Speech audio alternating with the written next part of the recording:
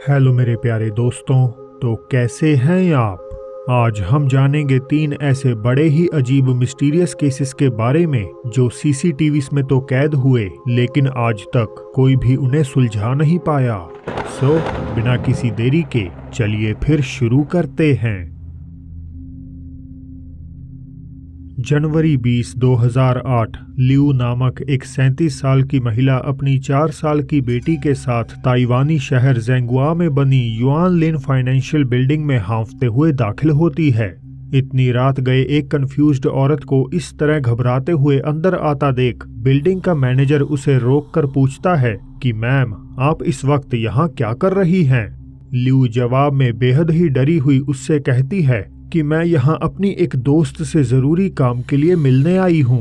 Manager पहले तो उसे और आगे जाने से रोकता है, पर उसके लगातार इंसिस्ट करने पर वे फाइनली लियू को इजाजत दे ही देता है। लियू जल्दी से लिफ्ट में दाखिल होती है और 11th फ्लोर का बटन दबा देती है। हालांकि यही वो आखिरी समय था जब लियू और उनकी बेटी जिंदा नजर आईं। लिफ्ट में जाते ही पहले उन्होंने अपने जूते उतारे और फिर जो दोनों ने लाल जैकेट्स पहनी हुई थीं, उन्हें भी लिफ्ट में ही नीचे उतारकर फेंक दिया। अब ताइवान में ये मान्यता है कि अगर किसी व्यक्ति की मौत जूते पहनकर होती है तो वो अपने अगले जन्म में भी पुराने पाप साथ ले आता है और लाल रंग पहनकर मरने वाले शख्स की स्पिरिट एक बुरी आत्मा के रूप में वापस धरती पर लौट आती है। यानी कि लियू के इन सब एक्शन से साफ जाहिर हो रहा था कि वे वहां अपनी किसी दोस्त से मिलने नहीं आई थीं, बल्कि बिल्डिंग से कूदकर आत्महत्या करने आई थी। लिफ्ट का दरवाजा खुलते ही लियू ने अपनी बेटी को पकड़ा और भागती हुई उसमें से बाहर निकल गई। अब क्योंकि सीसीटीवी सिर्फ एंट्रेंस, एग्जिट और एलिवेटर में ही लगे हुए थे, तो इसके बाद वे दोनों बिल्डिंग में कहाँ गए किसी को इसका कोई अंदाजा नहीं। मैनेजर भी उनके अजीब बर्ताव को मॉनिटर कर रहा था और कोई अनहोनी ना हो जाए तो उसने पहले ही पुलिस को इन्फॉर्म कर दिया।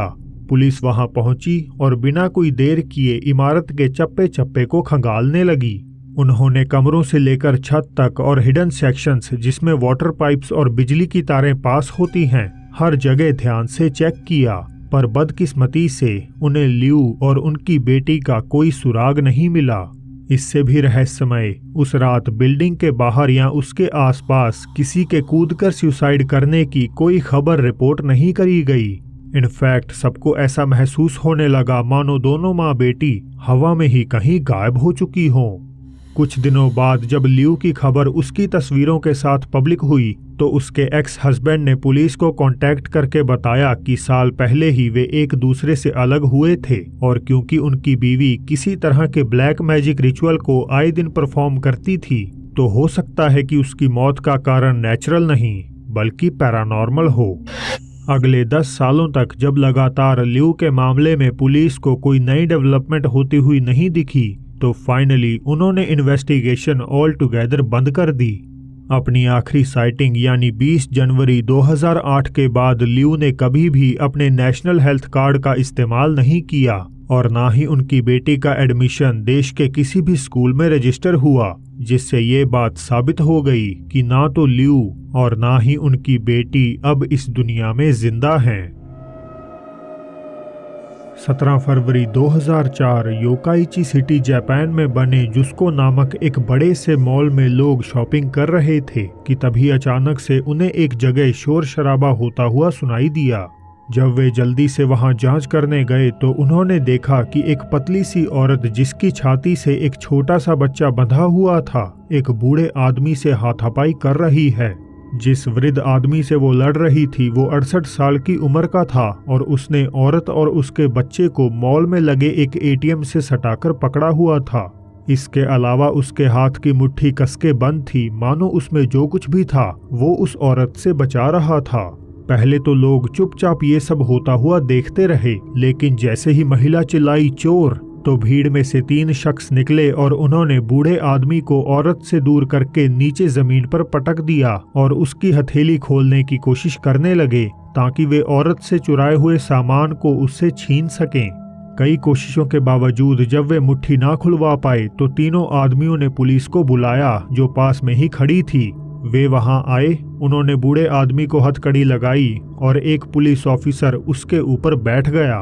बूढ़ा व्यक्ति इन सबके बीच लगातार चिल्ला रहा था, उल्टियां कर रहा था और कह रहा था कि वे निर्दोष है और उसने कुछ भी नहीं किया, जिसके बाद अल्टीमेटली वो बेहोश हो गया।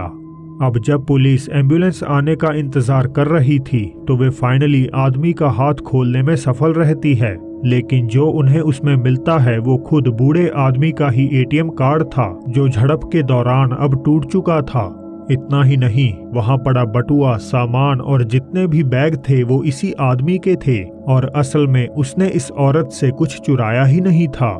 रही बात उस औरत की, तो पुलिस ने पूरी तरह से उसे मासूम एज्यूम कर लिया, जबकि सबूत एक तरह से उसके खिलाफ थे। बदकिस्मती से हाई स्ट्रेस और हालात की गहमागहमी के कारण आदमी हॉस्पिटल ले जाने से पहले ही गुजर गया और पूरी बेशर्मी से पुलिस ने भी केस क्लोज कर दिया। बूढ़े आदमी की अचानक हुई मौत से उसका परिवार टूट गया और उन्होंने पुलिस से ये डिमांड की कि वे दोबारा केस की जांच करें, क्योंकि हो ना हो उस औरत ने पहले कुछ ऐसा किया होगा जिस कारण ये झड़प शुरू हुई। शुरुआत में तो पुलिस ने उन्हें सीरियसली नहीं लिया, लेकिन आखिर में उनकी डिमांड को मानते हुए कहा कि ठीक है, हम जिसको मॉल की सीसीटीवी फुटेजेस चेक करेंगे, ये सुनिश्चित करने के लिए कि हमसे कुछ रह ना गया हो। हालांकि जो उन्होंने सिक्योरिटी कैमरास में डिस्कवर किया वो बहुत ही ज्यादा भयानक था। एक कैमरा जो डायरेक्टली उस एटीएम के ऊपर था, जिसके आसपास ये सारी हाथापाई हुई, बूढ़े आदमी के आने के 5 मिनट पहले से ही उस रहस्यमय महिला को फिल्मा रहा था। महिला एटीएम के साइड में बिल्कुल मोशनलेस दीवार की तरफ मुंह करके खड़ी थी और फिर जैसे ही बूढ़ा आदमी वहां आकर पैसे निकालकर लौटने लगा तो ये औरत भी हरकत में आ गई।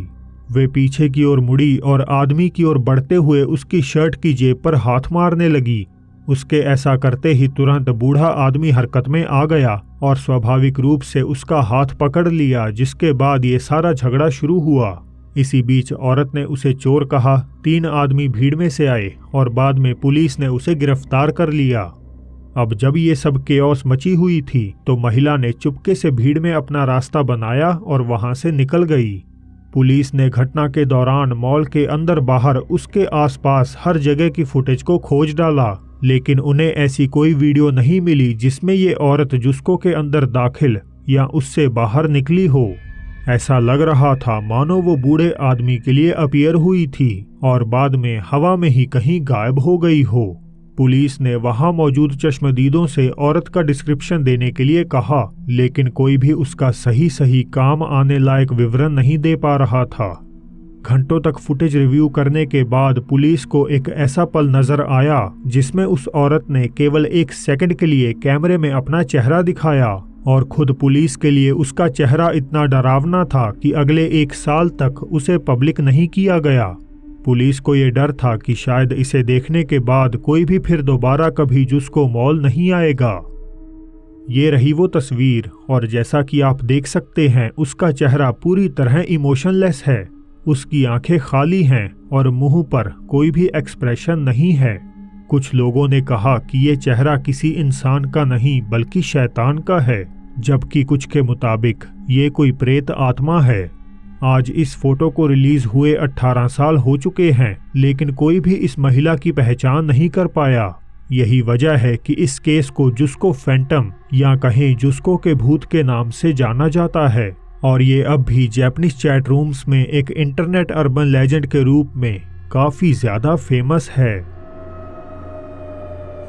जुलाई 2008 के बीच एस्पिरितु सांतो नामक ब्राजीलियन राज्य में आए दिन रेजिडेंट्स एक अजीब सा पैटर्न नोटिस कर रहे थे।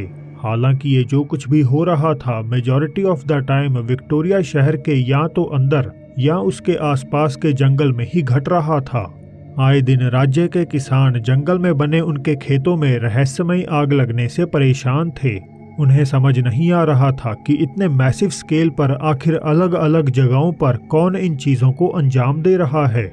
अब एस्पिरितो सांतो देश के सबसे ठंडे राज्यों में से एक है, तो मौसम के कारण ऐसा होने का तो सवाल ही पैदा नहीं होता। चश्मदीदों ने ऐसा भी बताया कि आग शुरू होने से पहले उन्हें एक अजीब सी रोशनी आसमान में उड़ती हुई दिखाई देती, जो अननेचुरल स्पीड के साथ वहां से गायब भी हो जाती। मगर 23 जुलाई 2008 को इन सब राजों से पर्दा उठने वाला था। 37 साल के मोरेरो बरागा जब एक कंस्ट्रक्शन साइट पर मैनेजर के तौर पर काम कर रहे थे तो उन्हें सीसीटीवी के थ्रू दूर आसमान में एक ऐसी चीज नजर आई जो शायद हमारी इस दुनिया की थी ही नहीं। इमारत के बाहर लगे कैमरा में एक ऑब्जेक्ट हवा में उड़ता हुआ दिखता है और बाद में तेजी से डिसअपीयर हो जाता है। इस अनआइडेंटिफाइड ऑब्जेक्ट की शेप एक प्लैंक जैसी है जिसके ऊपर कोई खड़ा है और इसके दोनों छोर पर स्ट्रेंज लाइट्स एमिट हो रही हैं। फुटेज के वायरल होते ही एक ब्राजीलियन न्यूज क्रू दावों की जांच करने विक्टोरिया शहर पहुंचा, जहां उन्हें भी कुछ ऐसा एक्सपीरियंस करने को मिल गया। Eu vi agora, velho. Acabou, você pegou aí? Você pegou? Você viu que ele apareceu ali? Ele é baixinho. कुछ मानते हैं कि ये एलियन टेलीपोर्टेशन की घटना है क्योंकि ये क्रीचर जो कोई भी था लाइट के फ्लैश होते ही वहां से गायब हो गया। स्ट्रेंजली यही वो आखिरी साइटिंग थी जो इस तरह से कैमरे में कैद हुई और खुशकिस्मती से फिर दोबारा कभी आग लगने के इंसिडेंट रिपोर्ट नहीं किए गए। तो दोस्तों आज के लिए बस इतना ही। मुझे उम्मीद है आपको हमारी रहस्य सीरीज का पहला एपिसोड पसंद आया होगा। अगर आप ऐसे और भी एपिसोड्स देखना चाहते हैं तो मुझे नीचे कमेंट्स में जरूर बताएं। आप चाहें तो मुझे इंस्टाग्राम या फेसबुक पर भी फॉलो कर सकते हैं। मेरा यूजर नेम है @BMLine। इसी के साथ मैं तहे दिल से एक बार फिर आपका शुक्रिया अदा करता हूँ। तो उम्मीद है आपसे जल्द ही मुलाकात होगी एक और नई वीडियो के साथ।